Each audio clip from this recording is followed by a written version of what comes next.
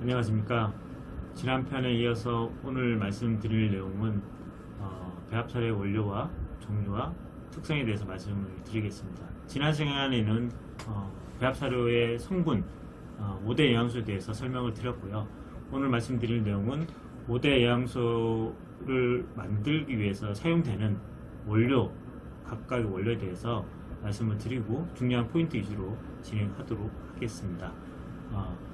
배합사료 원료는 뭐 다른 말로 이야기하면 농사료 또 단미사료 이렇게 말씀을 드릴 수 있고요. 종류별로 보면 곡류, 강피류, 단백질 사료, 유지, 비타미네랄, 첨가제 이렇게 말씀을 드릴 수 있습니다. 곡류는 보시는 바와 같고요. 강피류도 보시는 바와 같고, 단백질은 두 가지의 식물성이냐 동물성이냐에 따라서 이렇게 구분이 될 수 있다고 말씀을 드릴 수 있습니다. 뒤에서 자세히 말씀을 드리도록 하겠습니다. 곡류는 우리 인류가 가장 많이 쓰고 있는 식량 자원 중에 하나고 사람과 경쟁을 하고 있는 원료라고 보시면 될 것 같습니다.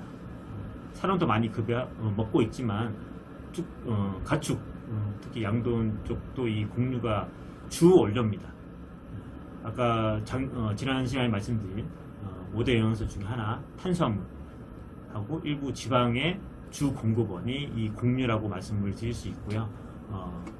그리고 탄수화물은 소화 흡수될 수 있는 가용 탄수화물이 많기 때문에 에너지 함량이 높다고 말씀을 드릴 수 있고요.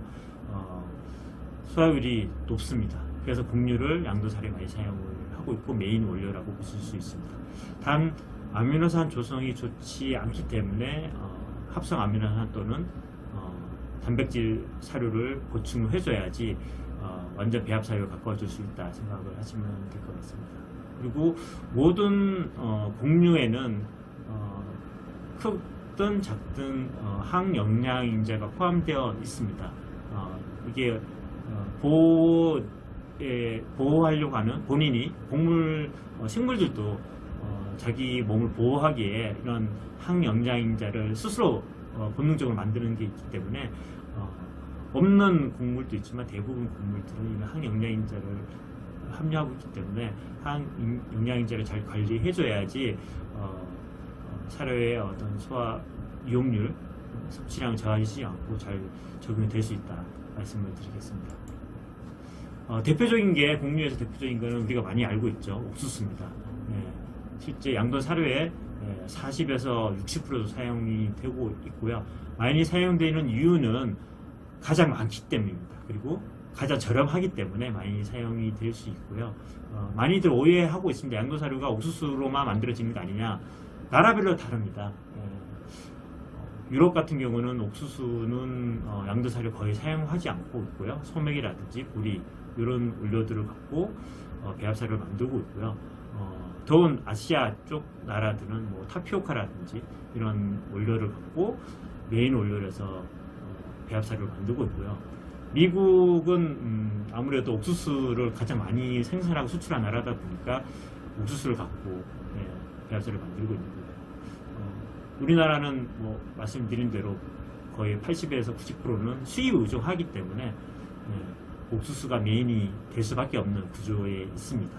그렇기 때문에 곡류는 배합사료의 주 원료가 될 수 있기 때문에 옥수수만 써야 된다. 이런 부분은 좀 오해일 수도 있기 때문에 그 대신 옥수수가 가장 항영양인자가 적고 그리고 가장 저렴하고 가장 컨트롤하기 쉽기 때문에 옥수수를 쓰고 있다 이렇게 이해해 주시면 좋을 것 같습니다. 중요한 에너지원이 되는 거고요. 이렇게 통으로 쓰지 않고 대부분 분쇄해서 이렇게 사용을 하고 있습니다. 옥수수는 실제 이렇게 생산하고 나는 그 사료용 외에 식품 쪽에도 많이 씁니다. 옥수수 전분, 옥배아, 그러니까 옥수수 기름을 짜고 남은 박이 옥배아박이고요.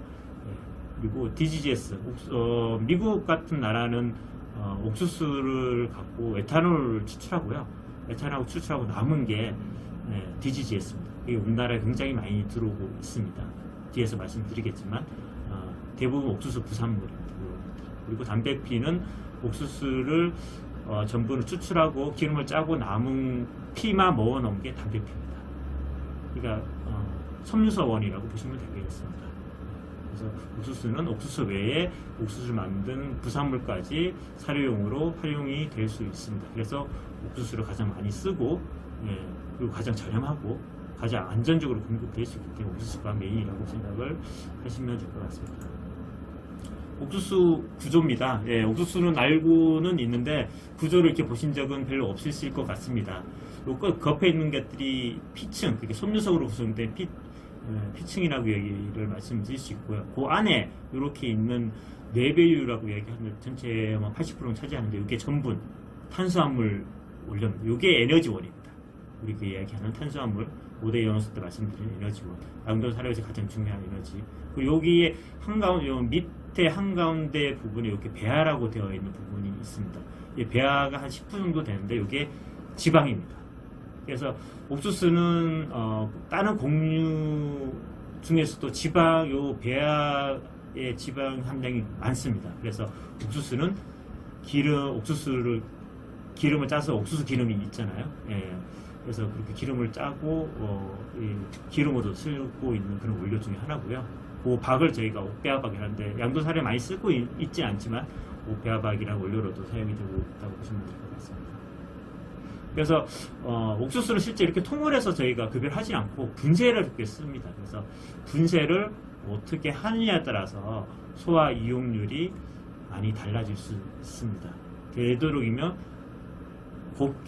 고르게 분쇄를 해야지 그런 영양제 가치가 올라갈 수 있다 해서 이렇게 구조적인 부분을 좀 말씀을 드렸습니다. 그리고 여러 가지 원료들을 평가할 때 기준이 되는 게 옥수수입니다. 왜냐하면 옥수수가 메인 원료이기 때문에 옥수수 대비 가치가 어떻게 있느냐 각 원료들 이렇게 평가를 합니다. 상대적인 이게 영양소 가치 평가는 영양소 함량에 따른 가치 평가입니다. 가격에 따른 평가가 아니고요. 그래서 옥수수 기준으로 옥수수 다음으로 많이 쓰는 양도사료 원료가 밀입니다. 우리가 알고 있는 밀이고요. 전문용어로 하면 소맥이기 되는데 소맥은 옥수수보다 가치가 조금 더 높게 이렇게 평가는 되고 있는데 밀도 양도사료에서 많이 쓰고 있는 원료라고 보시면 될 것 같습니다. 그래서 옥수수가 기준이 되는 게 영양제 가치가 가장 스탠다드고 가장 기본이고 가장 영양소 가치가 있다고 판단이 되기 때문에 그렇게 말씀을 드릴 수 있고 그 요인 때문에 옥수수를 가장 많이 쓰는 게 아닌가 생각이 듭니다. 다음으로 많이 쓰는 것들이 소맥입니다. 소맥은 아까 말씀드린 옥수수는 실제 사료용으로 많이 생산이 돼서 저희가 수입해서 사용을 되고 있지만 소맥은 실제 사료용으로 생산되지는 않습니다. 식용입니다. 대부분은 식용으로 생산되고 식용 등급에서 제외되거나 양이 많이 생산되면 이게 사료용으로 전환돼서 사료 원료로 수입이 돼서 저희가 사용을 하고 있는 거라고 보시면 될 것 같고요. 그래서 축산 쪽에 쓰는 소맥은 원래는 다 식용으로 생산됐던 원료라고 보시면 될 것 같습니다. 소맥은 옥수수와 다르게 또 인 함량이 좀 높은 특성을 좀 갖고 있고요. 교성은 어떻게 활용하냐에 따라서 다를 수 있지만 교성은 좋습니다. 소맥은 우리가 먹는 밀가루의 주 성분이잖아요. 그렇기 때문에 교성이 당연히 좋을 수밖에 없고요. 단 적정 입자도를 유지해야 되는 것이 관건입니다. 너무 곱게 분쇄하면 유궤양을 야기시킬 수 있는 가능성을 갖고 있습니다. 유궤양이라는 것이 사료 원료적인 측면에서 보면 입자가 고울 때 유궤양을 좀 많이 야기시킬 수 있다는 보고가 많이 있기 때문에 소맥이 옥수수보다는 입자가 좀 고운 편입니다. 그래서 그런 부분이 원료가 될 수 있기 때문에 적정 입자도로 관리를 하면서 사용해야 되는 그런 원료라고 보실 수 있습니다. 상대적인 가치는 옥수수보다는 높다 이렇게 말씀을 드릴 수 있고요. 소맥은 이렇게 부산물, 소맥은 소맥피, 밀 이것도 이제 기름 짜고 나온 많지 않지만 이렇게 나올 수 있습니다. 요거는 좀 이렇게 입체적으로 하다 보니까 좀 이렇게 혐오스럽게 보이긴 한데 소맥의 어떤 그 단면이고요. 옥수수하고 좀 다른 부분은 피층이 좀 많습니다. 옥수수보다는 요 외피 부분이 좀 많고요. 그래서 옥수수 피보다는 소맥 피를 저희 양도산에 많이 쓰는데 요 피층이 많기 때문에 피를 분리하고 안에 밀가루 성분만 저희가 식용에 쓰고 요걸 또 사료용으로 사용이 되고 있는 거고요. 그래서 피층이 옥수수보다 많은 부분이고, 배아에 있는 지방 함량도 옥수수보다는 낮습니다. 그래서 옥수수는 기름을 짜기도 하고요. 근데 밀을 갖고 기름을 짜지는 않는 게 여기 배아 함량이 낮기 때문에 그런 거고요. 내부에 들어있는 요 전분 함량은 옥수수와 비슷하거나 약간 더 높다고 보시면 될 것 같습니다. 그래서 영양 가치로 평가를 하게 되면 요 부분 때문에 옥수수보다 가치를 조금 더 높게 평가를 하고 있는 부분이라고 보시면 될 것 같습니다. 말씀드린 대로 소맥은 입자를 어떻게 만드는 게 중요하다고 말씀을 드릴 수 있습니다. 국내 사료 회사들은 이렇게 해머로 이렇게 분쇄를 해서 사용을 하고 있는데, 대부분 소맥은 유럽에서 메인으로 쓰는 배합사료 곡물 원료입니다. 그래서 유럽은 대부분 이렇게 롤러밀로 해서 이렇게 했을 때 입자가 고르게 분쇄가 될 수 있고요. 이거 한마디로 하면 가루가 많이 발생되는 곳이 있기 때문에 롤러밀로 분쇄하는 게 좋고요. 만일 해머밀로 분쇄한다 그러면 속도를 조절해서 입자가 고르게 너무 곱지 않게 분쇄되도록 하는 게 중요한 핵심 내용이라고 볼 수 있습니다. 그래서 소맥을 쓸 때는 저희 조합 사료 내에 소맥을 일정 부분 쓰고 있는데, 소맥을 쓸 때 입자를 분쇄 입자를 맞추는데 좀 초점을 맞춰서 저희가 관리를 하고 있는 부분도 그 부분하고 일반 상통한 내용이라고 보시면 될 것 같습니다.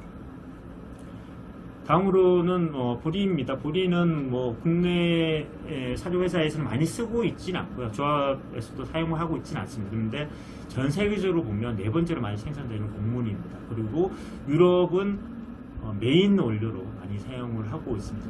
근데 섬유소 함량이 높다 보니까 옥수수보다는 사회적 가치는 한 90에서 95% 낮다고 볼 수 있습니다. 섬유소는 영양적 가치는 좀 농도가 낮기 때문에 에너지로 평가하더라도 좀 옥수수보다 떨어지는 그런 경향을 보이고 있습니다. 단 육질 쪽에는 육질 측면에서는 좋은 그런 결과들이 많이 보고되어 있다 보니까, 이는 보리를 갖고 브랜드화되어 있는 국내 브랜드도 좀 있습니다. 맥동 같은 경우도 그런 내용이라고 보시면 될 것 같고요. 그래서 특정 어떤 기능성적인 부분 때문에 보리를 쓰는 부분이 있고요. 실제 옥수수보다도 경제적 가치도 좀 많이 낮기 때문에 보리를 그렇게 많이 사용하고 있지는 않습니다. 근데 유럽은 많이 쓰고 있습니다. 왜냐하면 유럽은 보리가 경쟁력 있게 사용이 될 수 있기 때문에 그렇다고 보시면 될 것 같습니다.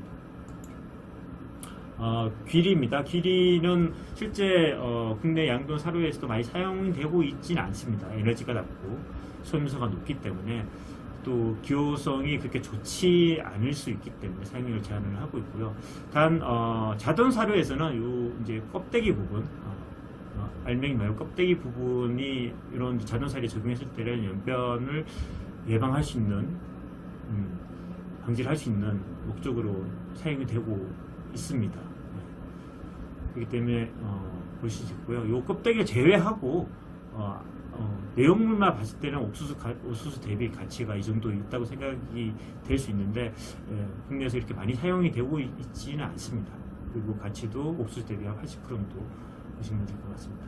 왜냐하면 귀리가 상당히 가격적으로 굉장히 비싼 원료이기 때문에 많이 활용이 되고 있지는 않습니다. 그렇지만 필요한 부분에서는 이렇게 적극적으로 활용되는 부분도 있다 보시면 될 것 같습니다.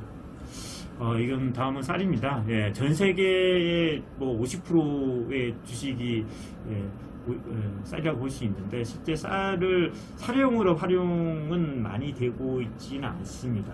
근데 여기서 말씀드리려고 하는 거는 영양제 가치가 어느 정도 있는지 보여드리려고 제가 정리를 한 거고요.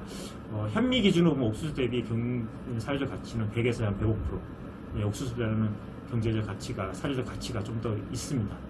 가격을 제외하고 말씀을 드리는 내용이기 때문에.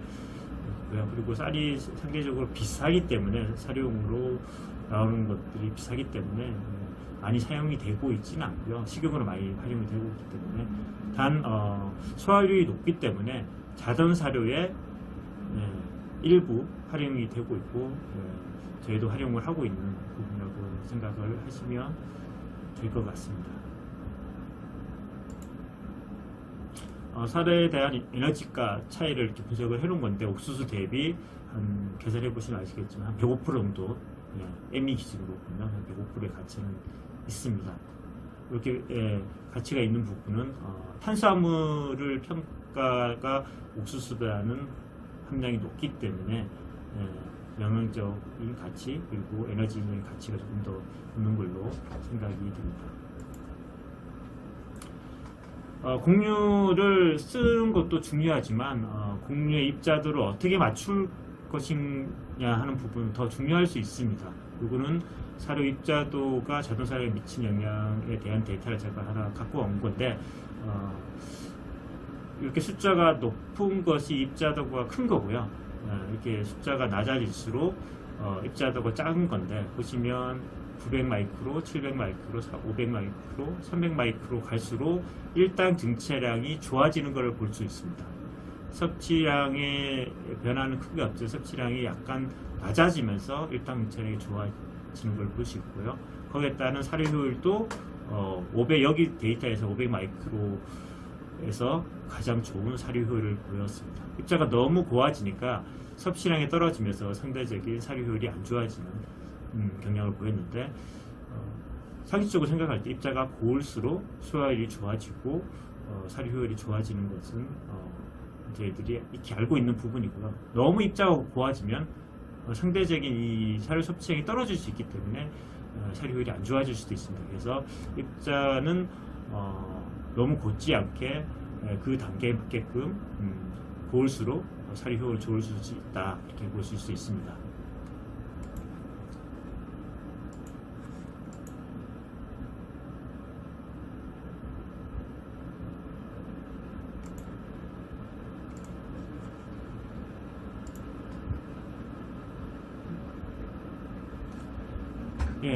사료의 가루 사료에서는 입자도가 굉장히 중요하기 때문에 아까 슬라이드에서 잠깐 성장이 어떻게 영향을 미치는지 보여드렸었고요. 자동 사료의 하나이긴 하지만 좀 구분해서 말씀을 드리면, 입자는 그 단계에 맞는 입자도가 있습니다.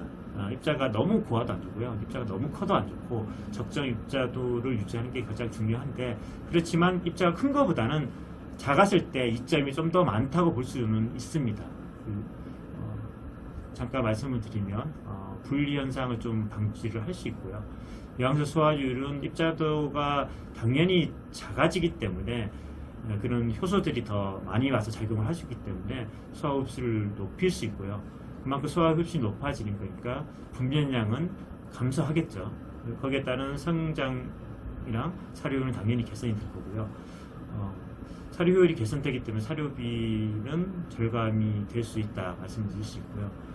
단 입자가 곱다 보니까 분진이 많이 발생을 할 수 있고요. 입자를 곱게 분쇄하려면 더 많은 시간을, 공장에서 분쇄할 때 시간을 들여야 되기 때문에 공장에서는, 공장 측면의 비용이 증가될 수 있는 요인이 될 수 있고요.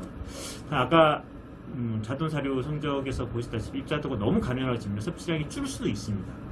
그렇기 때문에 보는 단점도 갖을 수 있고요. 그래서 이런 입자도가 가늘어서 문제가 되는 섭취량 감소 현상을 해결하기 위해서 보통 이제 펠렛 사료 형태로 많이 만듭니다. 그래서 입자도가 가는 거의 이점을 살리기 위해서 엑사형 사료 형태 또는 펠렛 형태로 이렇게 해서 활용이 되고 있고요.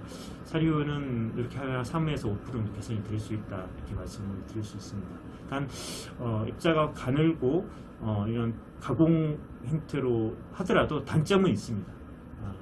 위염이라든지 소화기성 질병의 발생 빈도를 올릴 수 있습니다. 그래서 우리 이야기는 이게요, 연변의 발생은 증가될 수도 있기 때문에 내 농장에 만든 가루, 입자, 펠렛 이런 것도 내 농장에 맞는 사료가 분명히 있기 때문에 펠렛이라고 다 좋은 건 아니기 때문에 그런 부분에 차이는 있다 말씀을 드리고요. 입자가 컸을 때는 당연히 입자가 크다 보니까 소화율은 떨어질 수 있습니다. 그래서 분변량이 증가될 수는 있고요. 입자가 크다 보니까 분리 현상이 좀 발생될 수가 있고, 단 입자가 큰 원료들을 이렇게 해서 조성을 사료를 만들게 되면 섭취량 증진 효과는 있습니다. 장의 연동 운동을 좀 자극시켜줘서 장 건강도 유지를 할 수 있고요. 그리고 아까 반대로 입자가 작았을 때의 반대로 소화기 질병, 그러니까 연변, 설사, 위궤양은 좀 더 완화를 할 수 있기 때문에 입자가 고운 게 좋다, 입자가 큰 게 좋다 이렇게 말씀드리기는 어렵고 사료 설계할 때는 그 단계에 최적화된 입자들을 갖고 만들고 있기 때문에 그런 부분을 좀 참조해 주시면 좋을 것 같고 그리고 큰 돼지 같은 경우는 입자를 크게 해서 아까 말씀드린 변비 부분 그리고 큰 돼지들은 입자가 크더라도 소화를 할 수 있는 능력이 일반 작은 돼지보다는 크기 때문에 큰 돼지들한테는 입자를 좀 크게 조성해서 생산을 하고 있는 부분이 좀 큰 차이라고 보시면 될 것 같습니다. 그래서 입자가 작은 게 좋다, 큰 게 좋다 꼭 그렇지 않기 때문에 오해가 없으시면 좋을 것 같습니다.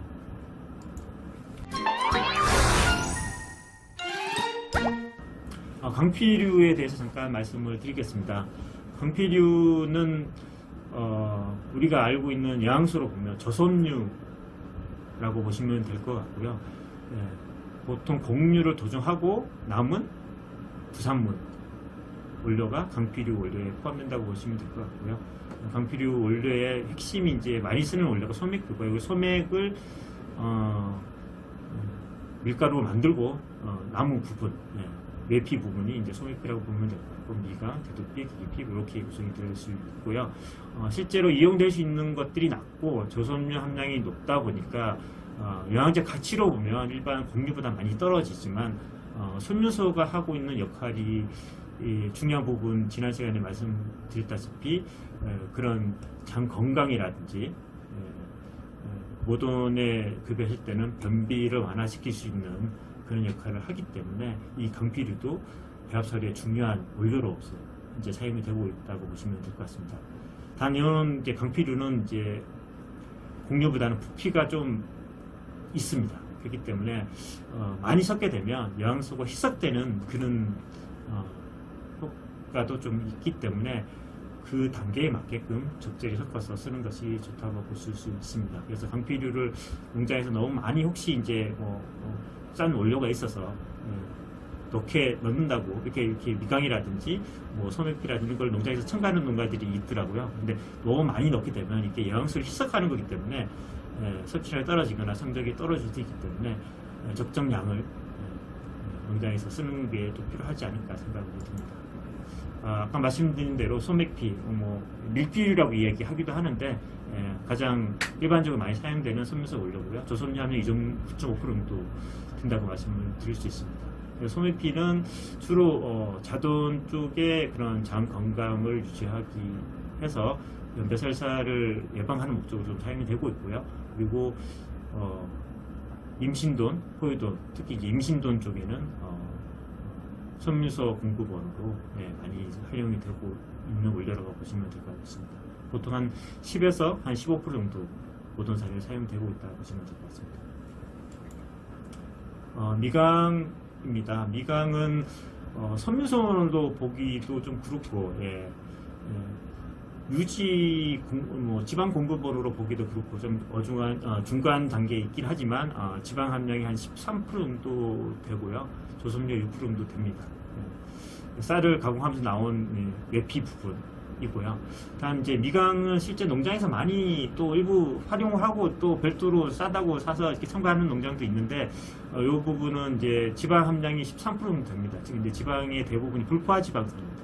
불포화 지방산은 이제 이렇게 노출됐을 때 산패가 잘 일어납니다. 그렇기 때문에 미강 원료를 사용하실 때는 빠른 시간 내에 그리고 많은 양보다는 적정량을 써서 이렇게 쓰는 게 중요하고요. 산패가 되면 굉장히 안 좋은 원료로 전환이 되기 때문에 이 부분을 좀 주의를 해주시면 좋을 것 같고요.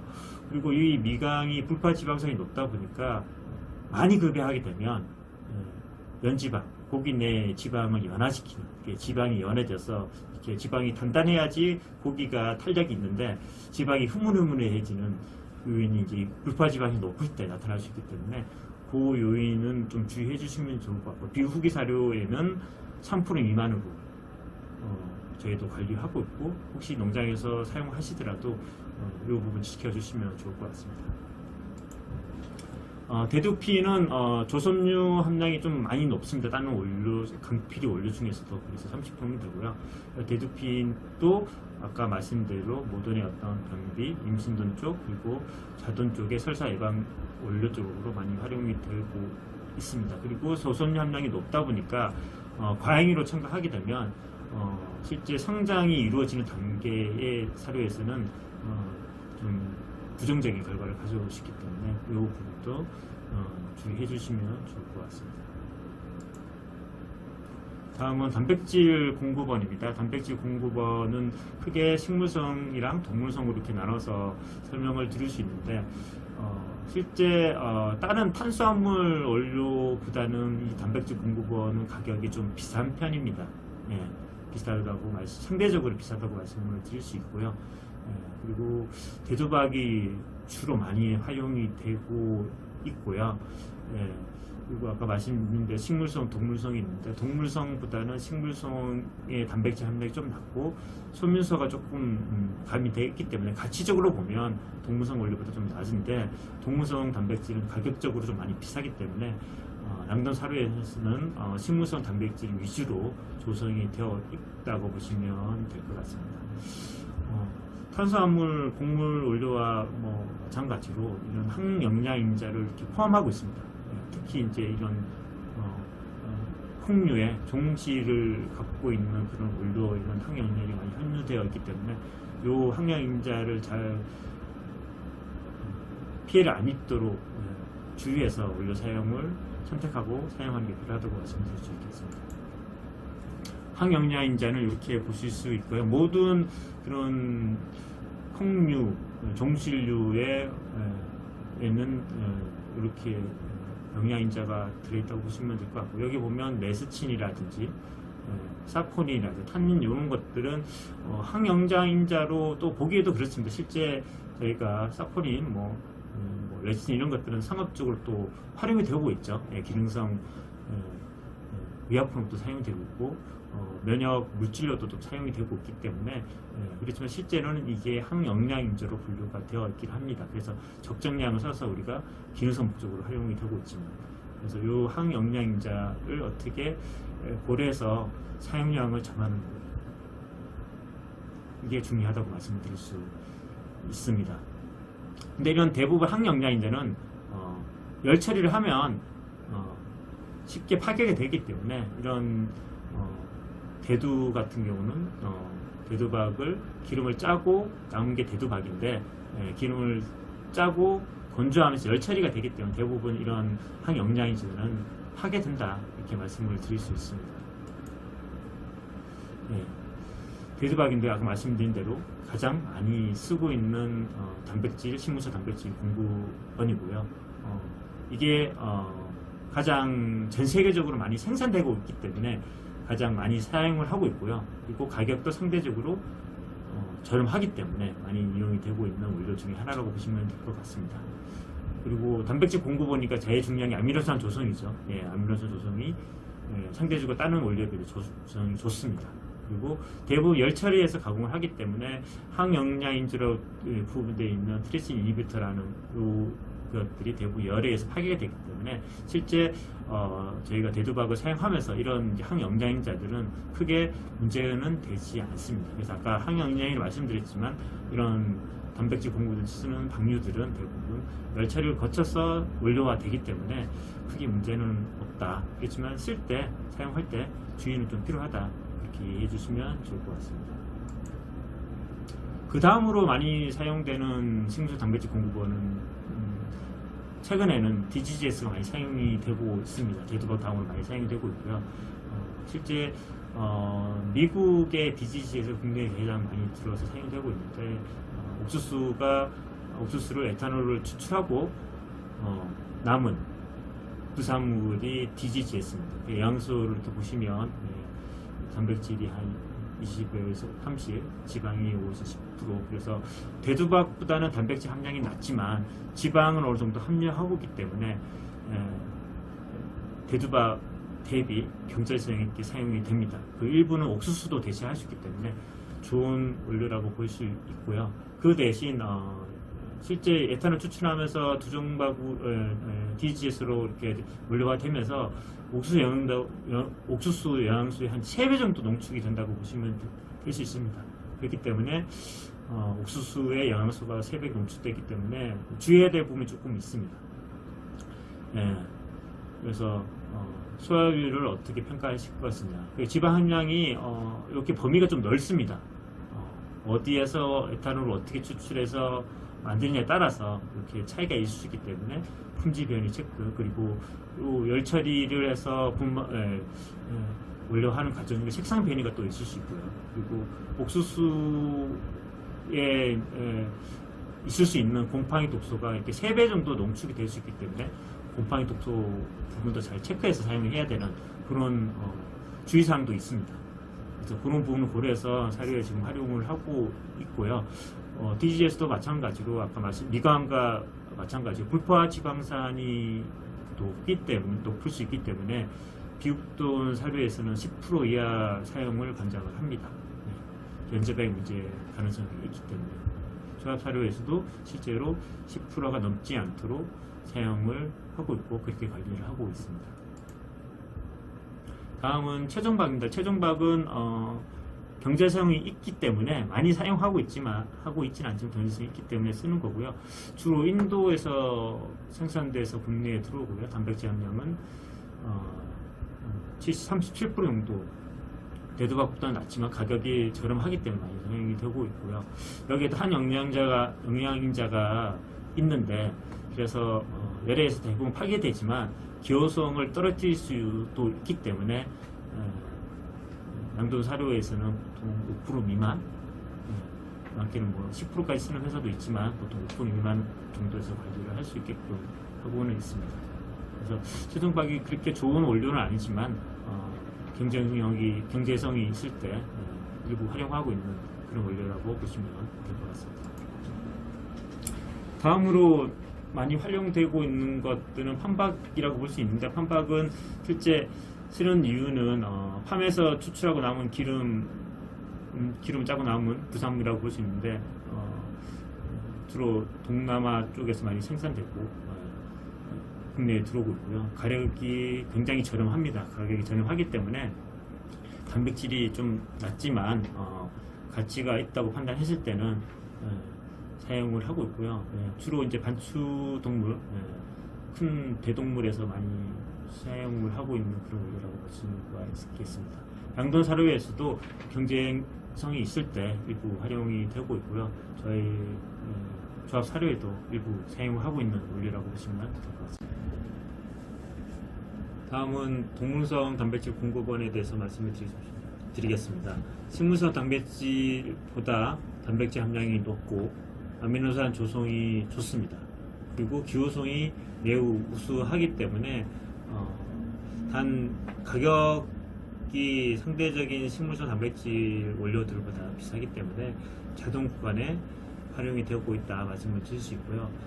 모든 원료들이 그렇지 않지만 동물성 원료의 특성상 품질 균형도가 낮을 수 있기 때문에 이 부분은 주의해서 원료 선택할 때 사용해야 되는 부분인 것 같고요. 가장 많이 사용되고 있는 동물성 원료는 어분입니다. 어분은 실제 농장에서도 많이 쓰고 있는 농장도 제가 다니면서 본 것 같은데요. 실제 어분은 채소 단백질이 60% 이상은 함유가 되어 있어야 되고요. 60%가 되지 않는 어분은 품질이 좀 떨어지는 원료다, 이렇게 보시면 될 것 같고요. 실제 단백질이 60% 이상 되더라도 빨리 산패가 될 수 있습니다. 왜냐하면 이 어분에 지방이 함유가 되어 있습니다. 그 지방이 불포화 지방산이고요.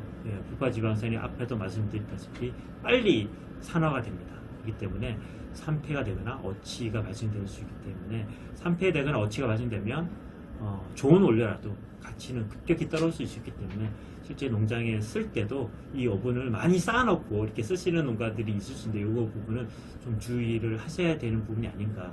좋은 원료도 잘 보관하고 잘 사용해야지 그 원료 가치가 증가될 수 있기 때문에 그 부분은 주의해 주시면 좋을 것 같고요. 힐브는 실제 굉장히 좋은 원료인데 좀 안전성 문제 때문에 사용을 거의 하고 있지는 않습니다. 근데 단백질 한 80% 정도 되고요.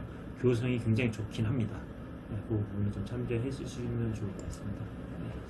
그 다음으로 많이 사용되는 원료는 혈장입니다. 네, 혈장 단백은 많이 들어보셨을 겁니다. 해양 내에서 적혈구를 분리해서 혈장만 갖고 원료한 건데, 기호성이 아마 원료로 나와 있는 배합사료, 양도사료 원료로 나와 있는 것 중에는 그 기호성이 가장 좋지 않을까 생각이 듭니다. 그만큼 가격도 굉장히 비쌉니다. 그리고 여기 혈장 단백에는 이뮤노글로빈이라는 항체가 함유가 되어 있습니다. 그렇기 때문에 기호성도 탁월하고 면역 성분도 함유하고 있기 때문에 좋은 원료다. 그리고 CP도 한 78% 이상 이렇게 함유되고 있고, 나신도 굉장히 높기 때문에 굉장히 고급 원료, 좋은 원료라고 보시면 될 것 같습니다. 그래서 자돈 사료의 앞단계 쪽에 대부분 회사들이 사용하고 있는 걸로 알고 있습니다. 우모분, 육분, 육골분은 생략을 하고요. 그 다음으로 유제품을 잠깐 말씀을 드리면, 유제품은 실제 농장에서 사용하시는 농가들도 있더라고요. 유제품 활용해서 요거트도 만드시고, 유제품 직접 농장에서 기호성 증진 목적으로 구해서 쓰시는 농가도 있는데, 실제 자돈사료에 사용되는 주 원료입니다. 유제품은 실제 종류가 굉장히 다양하고 함량도 차이가 많이 나긴 한데, 유당 공급을 주로 목적으로 해서 쓰는 원료고요. 유당은 말씀드린 대로 탄수화물 중에 이당류에 해당된다고 지난 시간에 말씀을 드렸습니다. 탄수화물이고, 자돈사료에서는 주 에너지원입니다. 그리고 그렇기 때문에 유제품을 반드시 자돈에 쓰게끔 되어 있고요. 거기는 유당을 같이 공급하는 그런 원료들도 있다고 말씀드릴 수 있습니다. 그래서 유제품은 또 기호성도 좋기 때문에 갓난돼지 외에 모든 일부 또 첨가해서 쓰는 농가도 있는 것 같은데, 사용에 제한은 없긴 한데 이게 또 비싼 원료일 수도 있고 하기 때문에 관리를 좀 잘 해주시면서 사용해 주시는 게 좋지 않을까 생각이 듭니다. 다음으로 유지사료입니다. 지방 원료라고 보시면 될 것 같고요. 순수 지방 원료라고 보시면 될 것 같고요. 에너지 함량이 굉장히 높기 때문에 사유 효율을 높이려고 하면 이 유지를 조금 더 첨가를 해주면 좋다, 그렇게들 많이 이야기하시고 실제 그렇습니다. 그리고 이 유지 사료에 있는 지방은 주로 필수 지방산 함량이 높기 때문에 지난 시간에 말씀드린 단백질을 구성하는 아미노산 중에 라이신 같은 것들이 필수 아미노산을 얘기하잖아요.